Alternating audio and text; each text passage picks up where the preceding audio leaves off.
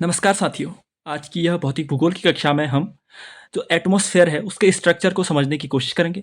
यानी वायुमंडल की जो भी संरचना है उसमें जो भी परतें हैं, मतलब जिस भी मंडल में हम उसे उन्हें शामिल करते हैं और जो भी उनके कैरेक्टरिस्टिक्स हैं सब विस्तार पूर्वक समझेंगे। आज वही इसके बाद टू द पॉइंट क्लास है। इसके बाद आपको इसका इस टॉपिक से रिलेटेड कुछ भी नहीं देखना पड़ेगा। सारी चीज़ें इसमें शामिल की गई हैं, सारे कॉन्सेप्ट भी मैं आपको समझाऊंगा, ऐसा है तो क्यों है। इसलिए बस आपका काम क्या है, याद तो मैं कराऊंगा, बस आपका काम है इस क्लास में बने रहना अंत तक। बस केवल सुनना है, ध्यान यहाँ होना चाहिए। आपको याद स्वयं से नहीं करना पड़ेगा, मैं स्वयं करा दूंगा, ठीक है। तो चलिए प्रारंभ करते हैं वायुमंडल की संरचना। और वही, अगर आपको वीडियो अच्छी लगती है तो इसे लाइक और शेयर अवश्य करें, अपने अन्य साथियों तक इसे साझा करें। आपसे विनम्र अनुरोध है, क्योंकि यही मेरे एक मोटिवेशन का आपकी ओर से मुझे जो भी आप देना चाहते हैं वही यही मोटिवेशन है कि आप वीडियो को लाइक करें, अपना फीडबैक दें और अपने अन्य साथियों तक, जो भी आप पढ़ने वाले ग्रुप्स हैं आपके, वहाँ इस चैनल को अवश्य शेयर करें, ठीक है। चलिए हम प्रारंभ ही करते हैं। आज वायुमंडल की संरचना यानी atmosphere of structure of atmosphere. इसमें सबसे पहले मैंने यहाँ पर केवल एक रफ डायग्राम बना रखा है ये। इसके बाद मैं हर परत को विस्तार से आपको समझाऊंगा कि किस परत में क्या है। सबसे पहले समझ लीजिए कि यहाँ पर खास बातें क्या क्या हैं। यहाँ पर जो भी खास बातें हैं वो मैंने यहाँ पे शामिल की हैं। देखिए, हमारे पास परतों के दो स्ट्रक्चर होते हैं, दो स्ट्रक्चर होंगे। हम उनके कैरेक्टर के आधार पर उन्हें बांटेंगे। एक होती है सममंडल, एक है विषम मंडल। क्यों दो में क्यों बांटा? क्योंकि वो परतें जो पृथ्वी से नजदीक हैं उन्हें हमने सममंडल में शामिल किया, क्योंकि वो हमारी पृथ्वी के अधिकांश चीजों को अफेक्ट करती है। विषम मंडल वो जहां एक तो असममितता ज्यादा है और पृथ्वी की परत से ज्यादा दूर है वो, इसलिए हम उसे विषम मंडल कहते हैं। तो प्रारंभ के जो तीन मंडल है, पहले तो आपको इसका क्रम याद होना चाहिए। सबसे पहले क्षोभ मंडल, फिर समताप मंडल, मध्य मंडल, आयन मंडल, बहिर्मंडल। आंख बंद करिए, पहले तीन चार बार बोलिए। क्षोभ मंडल, समताप मंडल, मध्य मंडल, आयन मंडल, बहिर्मंडल। क्षोभ मंडल, समताप मंडल, मध्य मंडल, आयन मंडल और बहिर्मंडल। अब आंख बंद करके बोलिए। सबसे नीचे क्षोभ मंडल, उसके ऊपर समताप मंडल, फिर बीच में मध्य मंडल, फिर आयन मंडल, फिर बहिर्मंडल। बगैर याद किए मत जाना, जहां पर मैं जो आपको टास्क देता हूं वो वहीं पर कंप्लीट होना चाहिए। अब यह है तीन पांच परतें। इनमें से जो निचली तीन परतें हैं, क्योंकि देखिए ये तीनों परतें कहाँ पर लगभग 80 किलोमीटर तक हमें मिल रही हैं। मतलब ये तीनों परतें पृथ्वी से 80 किलोमीटर में जाने पर हमें ये तीनों परतें हमें मिल जाएंगी। 18 किलोमीटर तक लगभग क्षोभ मंडल होगी, फिर उससे 50 किलोमीटर तक हमें समताप मंडल मिलेगी और उससे ऊपर 80 किलोमीटर तक मध्य मंडल मिलेगी। ये तो पृथ्वी के नजदीक है। अब देखिए आयन मंडल 640 किलोमीटर तक मिल रहा है हमें, यानी ऊपर है ना, बहुत दूर है। इसलिए इन दो परतों को हम विषम मंडल में शामिल करते हैं, इन तीन परतों को हम सममंडल में शामिल करते हैं। कोई परेशानी नहीं ना। सममंडल में क्या क्या, शोभ मंडल, समताप मंडल, मध्य मंडल, और विषम मंडल में आयन मंडल और बहिर्मंडल। इतना तो कोई दिक्कत की बात नहीं होगी। आप इनका कॉम्पोजिशन भी याद कर लीजिए कि कौन कहाँ पर कितनी ऊंचाई तक मिलेगा।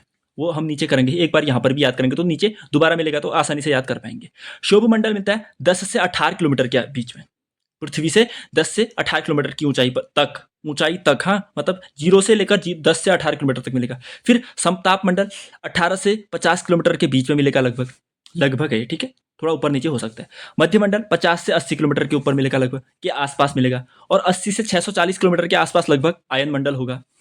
ये याद मत करिए, बट ये तीन याद करने आवश्यक है। बाकी ऊपर क्या हो गया हमारा बहिर्मंडल, जिसे हम क्या कहते हैं, ब्रह्मांड कहते हैं। ऊपर की परत है वो हमारी बहिर्मंडल होगी, ठीक है। अब हम समझते हैं इन्हें विस्तार पूर्वक। अगर आपने ये कंपोजिशन समझ लिया तो अब आप विस्तार से भी समझेंगे तो आपको कुछ रुचि जगेगी, ठीक है। चलिए, सबसे पहली परत है वो है हमारी क्षोभ मंडल। सबसे पहली परत है क्षोभ मंडल। आइए समझते हैं। क्षोभ मंडल की बात की जाए, क्षोभ मंडल यानी स्ट्रेटोस्फेयर कहते हैं इसे, ठीक है, स्ट्रेटोस्फेयर। ये क्या है? पहली परत है, सबसे पहली बात, सबसे पहली परत है, ठीक है। ये 10 से 18 किलोमीटर के आसपास मिलती है, तक मिलती है मतलब। अब लेकिन अभी समझाऊंगा इसका भी। इसे संवहनी मंडल भी कहते हैं। इसे क्या कहते हैं हम? संवहनी मंडल कहते हैं। क्यों कहते हैं अभी समझते हैं। क्षोभ मंडल पहली परत है, 10 से 18 किलोमीटर के आसपास मिलेगी, और इसे संवहनी मंडल क्यों कहते हैं? क्यों? क्योंकि इस क्षोभ मंडल में सभी जलवायु वाली जो भी घटनाएं होती हैं, जैसे जलवायु वाली क्या क्या घटनाएं, हवा का चलना, वर्षा आना, आर्द्रता आना, तापमान, ये सभी चीजें जो होती हैं ये जलवायुवी घटनाएं होती हैं। तो जितनी भी जलवायुवी घटना है ना मौसम से संबंधित, वो सब क्षोभ मंडल में हो जाती हैं। इस कारण जो ये संवहनी मंडल क्यों कहते हैं इसे, क्योंकि इसमें होता क्या है, जो क्षोभ मंडल है यहाँ वर्षा के कारण हवाएं हवाएं मतलब तापमान बढ़ा, तो तापमान बढ़ने के कारण क्या हुआ, हवाएं ऊपर उठने लग गई। ऊपर उठने के कारण वो संवहनी वर्षा करती है। अभी हमने वर्षा का स्वरूप पढ़ा नहीं है तो आप उतने अच्छे से समझ नहीं आएगा, बस आप ये याद रखिए कि ये संवहनी मंडल है, क्योंकि यहाँ पर हवाओं का कन्वेक्शन होता है, यानी हवाएं गर्म होकर ऊपर उठती हैं, ऊपर उठती हैं। अब इक्वेटर पर क्या होता है, ज़्यादा सूर्य की किरणें जो भूमध्य रेखा है उस पर ज़्यादा पड़ती हैं, तो होता क्या है, वहाँ पर ज़्यादा तापमान होता है तो हवाएं ज़्यादा ऊपर तक उठ जाती हैं। तो भूमध्य रेखा पर इस क्षोभ मंडल की ऊंचाई लगभग 18 किलोमीटर होती है। लेकिन पोल्स पर क्या होगा, ध्रुव पर क्या होगा, सूर्य की किरण उतनी तेज बढ़ ही नहीं रही है, तापमान उतना बढ़ ही नहीं रहा है, तो हवा जो ऊपर उठेगी वो बहुत कम ऊंचाई तक उठेगी। तो इसलिए क्षोभ मंडल पोल्स पर केवल 10 किलोमीटर तक पाया जाता है। आप समझे, जो क्षोभ मंडल है वो ध्रुव पर केवल 10 किलोमीटर तक मिल रहा है, लेकिन भूमध्य रेखा पर वो 18 किलोमीटर तक मिल रहा है। क्यों? क्योंकि हवाओं का ऊपर उठने से रिलेटेड, और हवाएं ऊपर क्यों उठेंगी, जब उन्हें तापमान ज़्यादा मिलेगा तब वो ऊपर को उठेंगी। समझ गए, भूमध्य रेखा पर तापमान ज़्यादा है इसलिए ये ज़्यादा ऊपर उठ रही है, ध्रुव पर कम है तापमान इसलिए कम ऊंचाई पर उठ रही है, इसीलिए हम इसे संवहनी मंडल भी कह रहे हैं। समझिएगा, क्षोभ मंडल को संवहनी मंडल कहते हैं। दूसरी बात, सभी जो जलवायु घटनाएं होती हैं, मौसम संबंधित जो भी घटनाएं होती हैं, वो ये इसी क्षोभ मंडल में होती हैं। और खास बात क्या, ऊंचाई बढ़ने पर इस क्षोभ मंडल में अगर हम ऊपर को जाएंगे तो ऊंचाई बढ़ने पर तापमान घटेगा। ऊंचाई बढ़ने पर तापमान क्या होगा, घटेगा, और किस दर से घटेगा, 6.5 डिग्री सेल्सियस प्रति किलोमीटर के हिसाब से घटेगा। यानी हर 1 किलोमीटर ऊपर जाएंगे तो 6.5 डिग्री सेल्सियस घट जाएगा। इसे कहते हैं 165 मीटर, 165 मीटर, हाँ, 165 मीटर ऊपर जाएंगे तो 1 डिग्री सेल्सियस तापमान घट जाएगा। इसी को यहाँ कन्वर्ट कर रखा है वो मैंने, ठीक है, किलोमीटर में। तो अगर हम 165 मीटर ऊपर जाएंगे तो 1 डिग्री सेल्सियस तापमान कम हो जाएगा। उसी को मैंने यहाँ पर कन्वर्ट किया है किलोमीटर में, कि 1 किलोमीटर ऊपर जाएंगे तो 6.5 डिग्री सेल्सियस तापमान गिर जाएगा। इतना समझ गए होंगे। अब मैंने आपको बताया था सूर्य से जो विकिरण आता है वो क्या है, लघु तरंग विकिरण होता है। इससे पृथ्वी गर्म होती है, लेकिन अब पृथ्वी ने वो विकिरण अब्जॉर्ब किया, अब पृथ्वी भी तो उस विकिरण को रिलीज करेगी, लेकिन जब वो इसे रिलीज करेगी तो वो दीर्घ तरंग विकिरण होगा। इससे वायुमंडल गर्म होता है। समझ गए, वायुमंडल सूर्य किससे आने वाली लघु तरंग विकिरण से गर्म नहीं होता है, वो पृथ्वी से जो दीर्घ तरंग विकिरण, इसे पार्थिव विकिरण भी कहते हैं, पार्थिव यानी जो पृथ्वी ने भेजा है, उससे वायुमंडल गर्म होता है। पृथ्वी किससे गर्म हो रही है, लघु तरंग विकिरण से जो सूर्य से आ रही है। और वायुमंडल किससे गर्म हो रहा है, पृथ्वी जो दीर्घ तरंग विकिरण, पार्थिव विकिरण ऊपर छोड़ रही है उससे गर्म हो रहा है। तो क्षोभ मंडल में कोई परेशानी है, नहीं होनी चाहिए, ठीक है। चलिए अब हम देखते हैं समताप मंडल। क्या, समताप मंडल। समताप मंडल को समझते हैं अच्छे से, ये भी महत्वपूर्ण है क्योंकि इससे कुछ बातें आपको याद रखनी। अब समताप मंडल आपने देख लिया था, इसे ओजोन परत भी कहते हैं। जो क्षोभ मंडल है उसे संवहनी मंडल कहेंगे, समताप मंडल को ओजोन परत। इसकी ऊंचाई हमने देखी थी लगभग 18 से 50 किलोमीटर तक लगभग ये मिलता है, ठीक है। तो देखिए, ये वायुयान उड़ान के लिए आदर्श होता है। जो ये एरोप्लेन, हेलीकॉप्टर, जो भी जहाज, ये सभी उड़ान भरते हैं ना, ये समताप मंडल में ही भरते हैं। क्यों? क्योंकि हमने क्या देखा, जो भी मौसम संबंधी घटनाएं हैं वो क्षोभ मंडल में ही हो जा रही हैं। तो मौसम, अगर बादल होंगे, वर्षा होगी, तो ऐसे में वायुमान उड़ नहीं पाएगा। तो जो भी ये वायु, मतलब ये भी जो मौसमी घटनाएं हैं ये तो निचली परत में ही हो जा रही है। समताप मंडल में कोई भी जलवायु, मौसम, वर्षा, ये सब चीजें नहीं हो रही, इसलिए ये वायुयान उड़ान के लिए आदर्श है। समझ गए, वायुयान उड़ान के लिए आदर्श क्यों है, क्योंकि जो भी मौसमी घटनाएं हैं वो क्षोभ मंडल में ही हो गई, यहाँ तो कुछ ऐसा हो नहीं रहा, तो इसके लिए कोई भी विघ्न नहीं है यहाँ पर। तो दूसरी बात क्या देखिए, ये वायुयान उड़ान हेतु आदर्श है। अब यहाँ ऊंचाई बढ़ने पर ताप में वृद्धि होती है। देखिए उल्टा हो गया, क्षोभ मंडल में क्या हो रहा था, ऊंचाई बढ़ रही थी तो तापमान कम हो रहा था, लेकिन यहाँ ऊंचाई बढ़ेगी तो तापमान भी बढ़ेगा। पर ऐसा क्यों? क्योंकि हमें पता है समताप मंडल में एक ओजोन नामक गैस पाई जाती है। इस ओजोन गैस के कारण जब सूर्य की किरण आती है तो ये ओजोन का जो O3 अणु है ये O2 प्लस O में टूट जाता है। अब ये टूटता है तो ऊर्जा रिलीज होती है, इसलिए तापमान बढ़ जाता है। आपको सिंपली अगर समझ में आ रहा है मैं क्या कह रहा हूँ, ओजोन टूटता है, फिर ताप रिलीज होता है, फिर ऊष्मा बनती है, फिर गर्म हो रहा है, ऐसा समझ आ रहा तो फिर तो ठीक है। नहीं आ रहा तो केवल सिंपल याद रखिए कि समताप मंडल में ऊंचाई बढ़ने पर तापमान वृद्धि होती है, बस। क्यों होती है? क्योंकि ओजोन है भाई, ओजोन के अणु टकराएंगे, टूटेंगे तो ऊष्मा रिलीज होगी, उसी से गर्म हो जाएगा। हमें पता है समताप मंडल में क्या, ओजोन गैस उपस्थित रहती है, O3। इसका काम क्या है, हमें यूवी किरणों से संरक्षण। किससे? यूवी सी से। वो भी यूवी स्पेसिफिकली जो सी वाली होती है वो ज़्यादा हानिकारक होती है, इससे यह हमें बचाता है। तो समताप मंडल में क्या क्या देखा हमने कि ये ओजोन परत कहते हैं इसे, 18 से 50 किलोमीटर तक मिलती है। वायुयान उड़ान हेतु यह आदर्श स्थिति है। ऊंचाई बढ़ने पर यहाँ तापमान बढ़ेगा, क्षोभ मंडल में घट रहा था। क्यों? क्योंकि ओजोन है यहाँ पर, उससे ऊष्मा रिलीज होती है। यहाँ ओजोन गैस उपस्थित रहती है जो हमें हानिकारक पराबैंगनी विकिरणों से बचाती है, जो अल्ट्रा वायलेट रेज होती हैं उससे बचाती है, ठीक है। चलिए दूसरी परत भी हमने निस्तनाबूद कर दी है, ठीक है। चलिए अब है तीसरी परत, क्या है, मध्यमंडल, मीजोस्फीयर। मध्यमंडल या मीजोस्फीयर, ये वायुमंडल की सबसे ठंडी परत है। अब ये कितना बेहतरीन फैक्ट नहीं, हम अमूमन क्या सोचेंगे जो सबसे ऊपर वाली परत है वो सबसे ज़्यादा ठंडी होगी, लेकिन नहीं, जो मध्यमंडल है वो वायुमंडल की सबसे ठंडी परत है। अब यहाँ क्या होगा, ऊंचाई बढ़ने पर ताप फिर से घटने लग गया। हमने क्या देखा, क्षोभ मंडल में ऊंचाई बढ़ेगी तो तापमान घटेगा, समताप मंडल में ऊंचाई बढ़ेगी तो तापमान बढ़ेगा, तापमान बढ़ेगा। फिर मध्य मंडल में आए, ऊंचाई बढ़ेगी तो तापमान घटेगा। सिंपल याद रखना, एक बार घट रहा है, फिर उस ऊपर वाले में बढ़ रहा है, फिर और उसके ऊपर वाले में घट रहा है, फिर आयन मंडल में जाओगे और बढ़ेगा। बस आपको ऐसे रिवर्स में भी याद करिए। समझ के साथ करोगे तो लंबे टाइम तक याद रखोगे, नहीं तो ऐसे ट्रिक बनाकर ही कुछ याद करिए। तो मध्य मंडल मैंने क्या कहा, वायुमंडल की सबसे ठंडी परत है।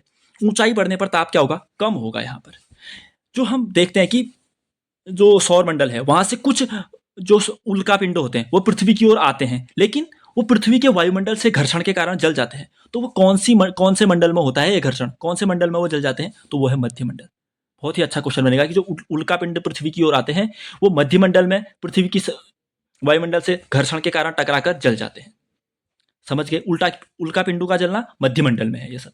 तो मध्य मंडल में क्या क्या पढ़ा हमने, कहा ये पृथ्वी की सबसे क्या है, ठंडी परत है। ऊंचाई बढ़ने पर ताप कम होगा। इस परत में ही उल्का पिंडों का जलना होता है घर्षण के कारण, वो पृथ्वी तक नहीं पहुंच पाते। कुछ कुछ पहुंच पाते हैं तो वो पृथ्वी के वहां पृथ्वी पर कहीं ना कहीं गिर जाते हैं। ठीक है, चलिए हमने मध्य मंडल भी देखा। अब बारी आई आयन मंडल की। आयन मंडल खास क्यों है, क्योंकि हम जो भी ये रेडियो सिग्नल देख रहे हैं, जो भी मैं आप तक पहुंच पा रहा हूं, ये जो भी ये सोशल मीडिया है, टीवी है, सिग्नल है, सब ये सिग्नल्स के थ्रू हो रहा है। तो ये इस सिग्नल्स को अलाउ कौन सी परत करी है, आयन मंडल। जो भी रेडियो सिग्नल का प्रसारण होता है वो इसी आयन मंडल से ही होता है। क्योंकि यहाँ क्या है, यहाँ आयन्स होते हैं, पॉजिटिव धन आयन ऋण आयन ये होते हैं, तो हम यहाँ से सिग्नल्स भेजते हैं तो वो पृथ्वी पर इसे ही परावर्तित कर देते हैं, तो फिर यहाँ डिस्ट्रीब्यूशन हो जाता है। अब यहाँ पर 3 परतें हैं, लेकिन फ्रीक्वेंसी के आधार पर 3 परतें हैं। जो लो फ्रीक्वेंसी है उस परत को कहते हैं डी लेयर, जो मीडियम फ्रीक्वेंसी है उसे कहते हैं ई लेयर, और जो हाई फ्रीक्वेंसी है उसे कहते हैं एफ लेयर। क्या समझे हम, आयन मंडल में रेडियो सिग्नल का प्रसारण होता है, इसमें 3 परतें होती हैं, लो फ्रीक्वेंसी वाली डी लेयर, मीडियम फ्रीक्वेंसी वाली ई लेयर और हाई फ्रीक्वेंसी वाली एफ लेयर। अब यहाँ कह रहा है ऊंचाई बढ़ने पर ताप बढ़ेगा, फिर से ऐसा हो गया। लेकिन ये बढ़ क्यों रहा होगा, क्योंकि हमें पता है इस आयन मंडल में आयन्स है ना, धनायन है ऋणायन है। अब ऊष्मा आई पृथ्वी सूर्य से, तो वो आपस में टकराएंगे ना, फिर क्या होगी, ऊष्मा रिलीज होगी। जैसे ओजोन वाले समताप मंडल में क्या होता था, वहां ओजोन गैस थी, तो सूर्य से जो ऊर्जा वो आ रही थी, ओजोन टूट रही थी, ऊष्मा रिलीज हो रही थी, इसलिए तापमान बढ़ रहा था। ऐसा ही यहाँ भी है, ऊंचाई बढ़ने पर तापमान बढ़ेगा। बस आपको अगर याद हो रहा है तो ठीक है, नहीं तो क्रम बना लीजिए। क्षोभ मंडल में ऊंचाई बढ़ने पर तापमान घटेगा, फिर उसके ऊपर समताप मंडल में ऊंचाई बढ़ने पर तापमान बढ़ेगा, फिर उसके ऊपर मध्य मंडल में ऊंचाई बढ़ने पर तापमान घटेगा, फिर उसके ऊपर आयन मंडल में ऊंचाई बढ़ने पर तापमान बढ़ेगा। उल्टा घटेगा बढ़ेगा घटेगा बढ़ेगा, ऐसा ही तो है ना। ऐसे याद कर सकते हो तो ऐसे याद करिए, बट कभी भी पूछ सकते हैं ना वो। तो आयन मंडल में हमने क्या सीखा, रेडियो सिग्नल का प्रसारण होता है यहाँ से, लो फ्रीक्वेंसी वाली layer D layer, medium frequency वाली ई लेयर और हाई फ्रीक्वेंसी वाली एफ लेयर है। और यहाँ ऊंचाई बढ़ने पर तापमान बढ़ता है। कोई परेशानी यहाँ तक क्लियर है ना सब कुछ। चलिए अब हम एक और अच्छा कॉन्सेप्ट देखते हैं। यहाँ पर जो बहिर्मंडल है वो नहीं पढ़ रहे हैं, क्योंकि बाहरी ब्रह्मांड है जो वो आ चुका है। वहाँ पर क्या हो रहा है हमें उतना रिलेवेंट है ही नहीं। वहाँ पर हल्की गैसें होती हैं, जैसे हीलियम, हाइड्रोजन, ये सभी होती हैं, और वो सब पूरा ब्रह्मांड ही आ गया। अब उसका आकलन है ही नहीं कि कितना विस्तृत है, ऐसा हमें पता ही नहीं है। ठीक है, चलिए आपको अब चारों यहाँ पर तो ये सब क्लियर हो गया होगा सब। अब ये इसको समझने में कोई दिक्कत है आपको, नहीं होगी, सब समझ आ गया होगा। सममंडल, विषममंडल, फिर क्षोभ मंडल भी आ गया होगा, समताप मंडल भी, मध्य मंडल भी, आयन मंडल भी। अभी हम इसे रिवाइज भी करते हैं। पहले हम आज का अंतिम जो महत्वपूर्ण टॉपिक है वो कवर कर लेते हैं। देखिए ध्यान से सुनिए। हाँ, हो क्या रहा है, पृथ्वी से किरणें आ रही हैं और वो आवेशित कण हैं। सूर्य से, हाँ, सूर्य से जो लाइट पड़ रही है उसमें आवेशित कण आ रहे हैं, और यहां से पृथ्वी का चुंबकीय क्षेत्र है। यहां से पृथ्वी का ये पोल्स पर चुंबकीय क्षेत्र होता है, ऐसे ऐसे पृथ्वी का। ठीक है, तो होगा क्या, अब यहां से सूर्य की किरणें आई, यहां पड़ी, अब यहां से पहले से ही चुंबकीय क्षेत्र था, तो ये आपस में टकराएंगे तो ऊष्मा उत्पन्न होती है, प्रकाश उत्पन्न होता है। ध्यान से सुनिए, सूर्य से आवेशित कण आ रहे हैं, पृथ्वी का यहाँ पर चुंबकीय क्षेत्र है, दोनों आपस में टकराएंगे तो घर्षण होगा, घर्षण होगा तो प्रकाश उत्पन्न होगा। अब यही प्रकाश अलग अलग नाम से जाना जाता है, सिंपल है। प्रकाश उत्पन्न क्यों, आप पता है ना। अब जब ये प्रकाश हो रहा है, अगर केवल ध्रुव पर ही क्यों है, क्योंकि जो पृथ्वी का चुंबकीय क्षेत्र है वो केवल ध्रुव पर ही होता है। इसीलिए कोई क्वेश्चन ऐसा, पढ़ाई ऐसी होनी चाहिए ना, मतलब कोई भी कुछ भी पूछ ले, अच्छा उत्तरी ध्रुव पर ही क्यों होता है, भूमध्य रेखा पर क्यों नहीं होता है, क्योंकि चुंबकीय क्षेत्र का होना जरूरी है, और पृथ्वी का चुंबकीय क्षेत्र ध्रुव पर ही होता है। अगर मान लिया जाए सूर्य की किरण यहाँ पर आ रही है, अब यहाँ पर आवेशित कण तो आ रहे हैं सूर्य के, लेकिन यहाँ पर चुंबकीय क्षेत्र ही नहीं है, घर्षण किससे होगा, इसलिए वो लाइट उत्पन्न नहीं होगी। बट सूर्य की किरण अगर पोल्स पर जाएंगी तो वो क्या होंगी, घर्षण करेंगी, किससे, पृथ्वी के चुंबकीय क्षेत्र से। इसलिए जो लाइट उत्पन्न होगी वो या तो उत्तरी ध्रुव पर उत्पन्न होगी या तो फिर दक्षिणी ध्रुव पर उत्पन्न होगी। समझे, तो बस नाम याद करिए। जो उत्तरी ध्रुव पर होती है उसे ऑरोरा बोरियोलिस कहते हैं, और जो दक्षिणी ध्रुव पर उत्पन्न होती है उसे ऑरोरा ऑस्टियोलिस कहते हैं। ऑस्ट्रेलिया नीचे नीचे है ना, इसलिए दक्षिण वाले को ऑस्टियोलिस कहते हैं और ऊपर वाले को बोरियोलिस कहते हैं। कोई परेशानी? सूर्य से विकिरण आ रहा है, आवेशित कण, और पृथ्वी का चुंबकीय क्षेत्र है, घर्षण हो रहा है, प्रकाश उत्पन्न हो रहा है। तो ये प्रकाश उत्तरी ध्रुव पर ऑरोरा बोरियोलिस कहते हैं और दक्षिणी ध्रुव पर ऑरोरा ऑस्टियोलिस कहते हैं। कोई समस्या नहीं होनी चाहिए। एक बार हम क्विक रूप से रिवाइज करते हैं इस पूरी क्लास को। अब अगर आप ये तीसरी बार हो रहा है आपका, अगर ध्यान से सुने हैं तो अब मुझे नहीं लगता कि इस रिवीजन के बाद आपको स्वयं भी पढ़ने की आवश्यकता होगी, बट फिर भी आपने नोट्स किए हैं, मतलब याद हो चुका होगा सब, इतना मानता हूँ। ठीक है, क्लास अच्छी है तो लाइक कर दीजिएगा। ठीक है, चलिए वायुमंडल की संरचना देखिए हमने। सबसे पहले क्षोभ मंडल, समताप मंडल, मध्य मंडल, आयन मंडल और बहिर्मंडल। तो निचली तीन परतें यानी क्षोभ मंडल, समताप मंडल और मध्य मंडल, इन्हें सममंडल कहते हैं क्योंकि ये एक समान है और पृथ्वी से नजदीक है।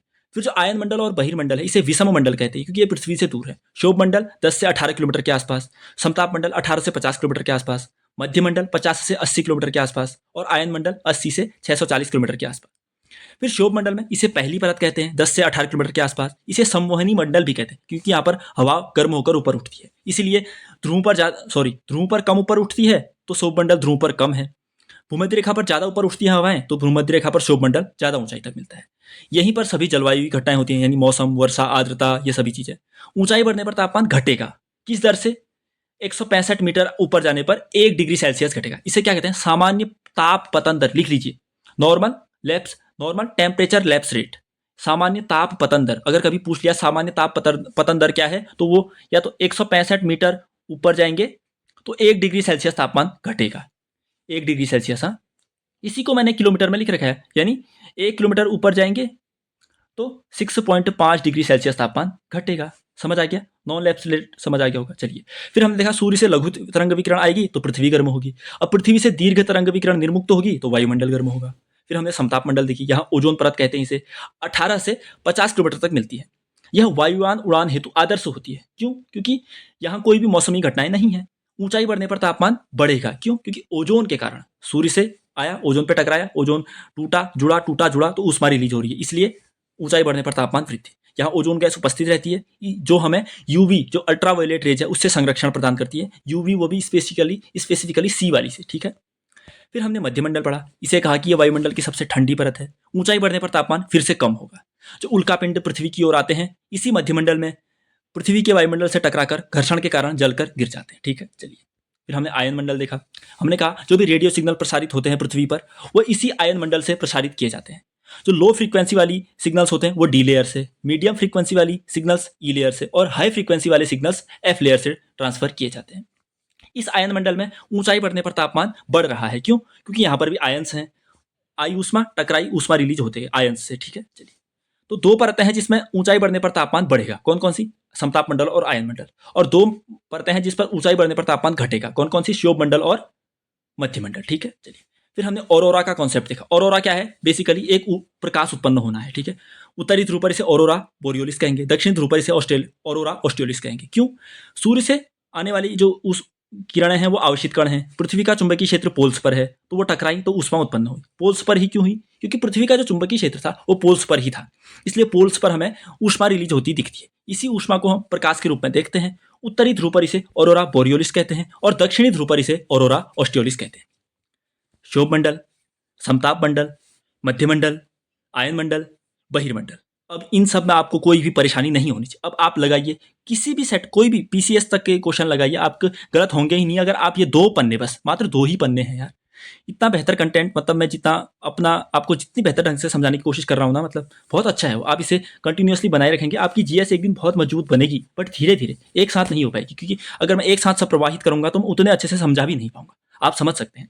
और आपका मनोबल ही है अल्टीमेटली जो मुझे इसलिए मोटिवेट करेगा कि मैं रोज वीडियो बनाऊं। इसलिए आप ऐसा कुछ लाइक करें, कमेंट्स करें, मुझे प्रोत्साहन दें थोड़ा सा। वीडियो को लाइक शेयर भी करें अपने साथियों तक, ताकि अगर सब्सक्राइबर बढ़ेंगे हमारे तो मुझे और मोटिवेशन मिलेगा। ठीक है, बाकी आप समझदार हैं, इसी तरह तैयारी करते रहिए। अब हम अगली वीडियो में मिलते हैं, तो तब तक के लिए धन्यवाद, नमस्कार।